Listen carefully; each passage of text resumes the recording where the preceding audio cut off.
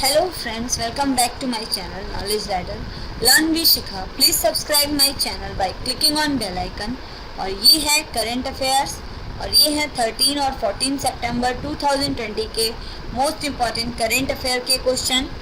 शुरू करते हैं. सबसे पहले जानते हैं कल के बोनस प्रश्न का आंसर. तो प्रश्न है, हाल ही में टेनिस में सबसे ज़्यादा मैच जीतने वाली खिलाड़ी कौन बनी है? आंसर है सेरेना विलियम्स. अब शुरू करते हैं आज के प्रश्न. तो फर्स्ट क्वेश्चन है,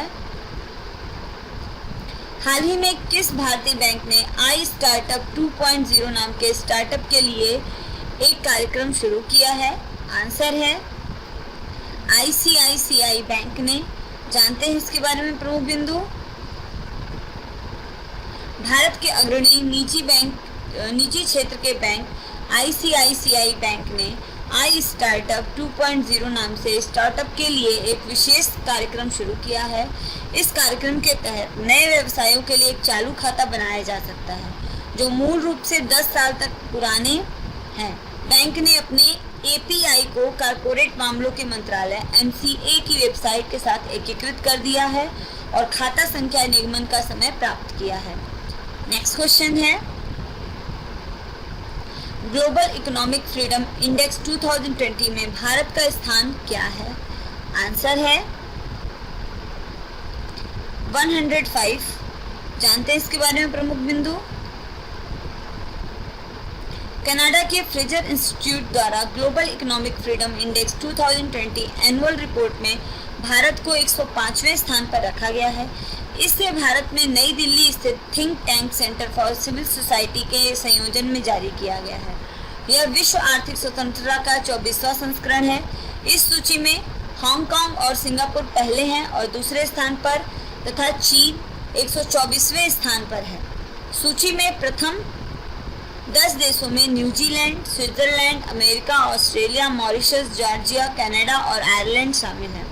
जापान को सूची में 20वां, जर्मनी को 21वां, इटली को 51वां, फ्रांस को 58वां, रूस को 89वां और ब्राज़ील को 105वां स्थान मिला है. जिन देशों को सबसे नीचे स्थान मिला है उसमें अफ्रीकी देश Congo, Zimbabwe, Algeria, Iran, Sudan, Venezuela आदि शामिल हैं. और इस रैंकिंग में भारत पिछले बार के तहत और इस रैंकिंग में भारत पिछले साल के मुकाबले 26 स्थान नीचे खिसक गया है. नेक्स्ट क्वेश्चन है, हाल ही में किस देश द्वारा ओमान सागर में जुलग्राफ 99 नाम का एक नौसैनिक अभ्यास किया जा रहा है? आंसर है ईरान. जानते हैं इसके बारे में प्रमुख बिंदु. ईरान की नौसेना ने होर्मुज़ के सामरिक जलद मरुमध्य में ओमान सागर में जुलग्राफ 99 नाम से 3 दिवसीय अभ्यास शुरू किया है. नौसेना के युद्धपोत, पनडुब्बी, विमान और ड्रोन से सतह क्रूज मिसाइलों और रॉकेट लॉन्चिंग सिस्टम का परीक्षण करने की उम्मीद है. इस अभ्यास का उद्देश्य देश के क्षेत्रों की सुरक्षा के लिए रक्षात्मक रणनीति तैयार करना भी है. नेक्स्ट क्वेश्चन है, दोहा में आयोजित आंतरिक अफगान वार्ता के उद्घाटन सत्र में किसने हिस्सा लिया है? आंसर है डॉक्टर सुब्रमण्यम जयशंकर ने. जानते हैं इसके बारे में प्रमुख बिंदु. डॉक्टर सुब्रमण्यम जयशंकर ने दोहा में वीडियो टेलीकॉन्फ्रेंसिंग के जरिए आयोजित आंतरिक अफगान वार्ता के उद्घाटन सत्र में हिस्सा लिया. इसके लिए कतर के विदेश मंत्री मोहम्मद बिन अब्दुल रहमान बिन जासिम अल थानी की ओर से विदेश मंत्री को निमंत्रण मिला था. अपने भाषण में डॉक्टर जयशंकर ने भारत और अफगानिस्तान के बीच हजारों साल पुराने संबंधों का जिक्र किया. उन्होंने अफगानिस्तान के सहयोगी के रूप में भारत की भूमिका का उल्लेख करते हुए कहा है कि अफगानिस्तान के सभी 34 प्रांतों में भारत ने 400 से अधिक परियोजनाएं पूरी कर ली हैं. नेक्स्ट क्वेश्चन है, एशिया के सबसे बड़े एरो शो एरो इंडिया 21 की मेजबानी किस भारतीय शहर द्वारा की जाएगी? आंसर है बेंगलुरु के द्वारा. जानते हैं इसके बारे में प्रमुख बिंदु. केंद्रीय रक्षा मंत्री राजनाथ सिंह ने एरो इंडिया 2021 की वेबसाइट लॉन्च की है। एरो इंडिया को एशिया का सबसे बड़ा एयर शो माना जाता है। शो का 13वां संस्करण अगले साल 3 फरवरी से 7 फरवरी तक बेंगलुरु के वायुसेना स्टेशन येलहंका में आयोजित किया जाएगा। नई लॉन्च की गई वेबसाइट इवेंट से संबंधित सभी ऑनलाइन सेवाओं को होस्ट और स्ट्रीम करेगी। नेक्स्ट क्वेश्चन है, भारत का सबसे बड़ा पिगरी मिशन किस राज्य सरकार ने लॉन्च किया है? आंसर है मेघालय सरकार ने। जानते इसके बारे में प्रमुख बिंदु। मेघालय सरकार द्वारा 209 करोड़ रुपए के कुल परिव्यय वाला भारत का सबसे बड़ा पिगरी मिशन लॉन्च किया गया है। इसे मेघालय पशुधन उद्यम उन्नति सोसाइटी MLEADS के तत्वाधान में और राष्ट्रीय सहकारी विकास निगम NCDC द्वारा वित्त पोषित किया जा रहा है। इस मिशन का मुख्य उद्देश्य अगले 3 वर्षों में 150 करोड़ रुपए के पोर्क वार्षिक आयात को कम करना और मेघालय को पोर्क शुगर के मांस उत्पादन में आत्मनिर्भर बनाना है। पिगरी प्रोजेक्ट का लक्ष्य पिगमी सेक्टर में quality enhancement, skill development, value addition और इनपुट कास्ट ऑप्टिमाइजेशन के जरिए परिवर्तन है। पिगरी मिशन के माध्यम से राज्य में किसानों को ब्याज मुक्त ऋण प्रदान किया जाएगा। राज्य सरकार किसानों को ऋण लेने के लिए प्रोत्साहित करने के लिए ब्याज का भुगतान करेगी। अब जानते हैं मेघालय के बारे में। तो मेघालय के मुख्यमंत्री हैं कॉनराड संगमा, राज्यपाल हैं सत्यपाल मलिक और राजधानी है शिलोंग। नेक्स्ट, और ये है launches of India largest piggery project. ये प्रोजेक्ट लॉन्च हुआ है। नेक्स्ट क्वेश्चन है, हाल ही में भारत में पहली बार जवाबदेही कानून को कौन सी सरकार लागू करेगी? राजस्थान के अशोक गहलोत सरकार। जानते हैं इसके बारे में प्रमुख बिंदु।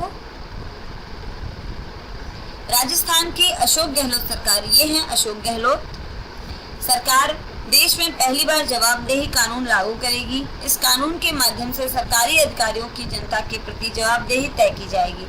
इसका मसौदा तैयार कर लिया गया है और संभवतः 2 अक्टूबर को गांधी जयंती के दिन सरकार इसे लागू करेगी। 25 सरकारी विभागों को 200 से अधिक सेवाओं को इस कानून के दायरे में लाने की योजना है। मुख्यमंत्री अशोक गहलोत ने बजट सत्र में यह कानून लागू करने की घोषणा की थी और ये हैं अशोक गहलोत। नेक्स्ट क्वेश्चन है,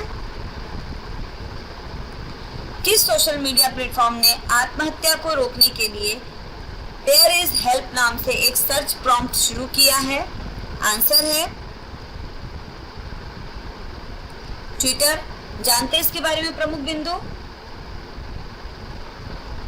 ट्विटर इंडिया ने हाल ही में मानसिक स्वास्थ्य और आत्महत्या की रोकथाम के लिए संसाधनों के लिए एक समर्पित सर्च प्रॉम्प्ट शुरू किया है। यह पहल विश्व आत्महत्या रोकथाम दिवस के अवसर पर शुरू की गई है। Search prompt #there is help को national institute of mental health and neuroscience NIMHANS के सहयोग से लॉन्च किया गया है। नेक्स्ट क्वेश्चन है, हाल ही में किस रेलवे स्टेशन का नाम बदलकर श्री सिद्ध रूपा स्वामी जी रेलवे स्टेशन रखा गया है? आंसर है हुबली रेलवे स्टेशन। जानते हैं इसके बारे में प्रमुख बिंदु। कर्नाटक के हुबली रेलवे स्टेशन का नाम बदल दिया गया है। अब इसे श्री सिद्ध रूपा स्वामी जी रेलवे स्टेशन के नाम से जाना जाएगा। केंद्र सरकार ने हुबली के रेलवे स्टेशन का नाम बदलने के लिए हुबोलियों की लंबे समय से उठ रही मांग को पूरा कर दिया। हुबली रेलवे स्टेशन का नाम, जो दक्षिण पश्चिमी रेलवे का मुख्यालय है, पिछले 5 वर्षों में दूसरी बार बदला गया है। इससे पहले साल 2015 में हुबली को हुबली किया गया था। श्री सिद्ध रूपा स्वामी जी भारतीय हिंदू गुरु और दार्शनिक थे। अब उनके नाम पे इसका नाम रख दिया गया है। नेक्स्ट क्वेश्चन है, युवाओं को डिजिटल कौशल प्रशिक्षण प्रदान करने के लिए NSDC ने किसके साथ साझेदारी की है? आंसर है लिंक्डइन के साथ। जानते हैं इसके बारे में प्रमुख बिंदु। राष्ट्रीय कौशल विकास निगम NSDC और लिंक्डइन ने डिजिटल कौशल के लिए फ्री लर्निंग संसाधनों तक पहुंच प्रदान करने के लिए साझेदारी करने की घोषणा की है। ई स्किल इंडिया डिजिटल प्लेटफॉर्म पर 31 मार्च 2021 तक 140 पाठ्यक्रमों सहित डिजिटल पढ़ाई के 10 तौर तरीकों को निशुल्क उपलब्ध कराया जाएगा।